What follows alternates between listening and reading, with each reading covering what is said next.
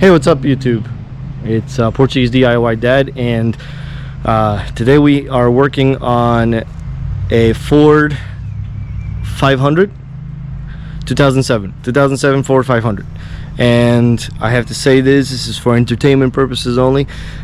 We are changing the windshield fluid pump and washer, or washer and pump. So it's this piece right here, and I just took the old one out, so I wanted to just show you because I couldn't find any videos out there that would help me change this out. Okay. So this little pump is hidden right there, tucked in under the windshield tank, windshield fluid tank, tucked in right inside. Okay, so what we did is we moved the coolant reservoir.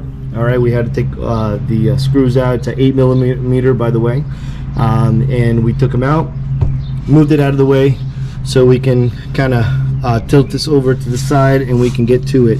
But the sucker goes right there. This is the new one. All right, and we're gonna put it in. So all the windshield fluid fell out, and that's normal. That's gonna happen. You're messing with this. So this goes right on the bottom. Goes right in. It has a plug, a hose that attaches right here, and this goes into the reservoir. So reservoir piece, little hose, plug. Okay, simple enough, but it's tucked in a place that is really hard to get, so you do have to move these things around, but it's very doable. Hey, I just want to let you know that the part that I bought for the car, the pump, is going to be on the description box. Alright, so I just put it in. Let me show you. It's tucked in right there.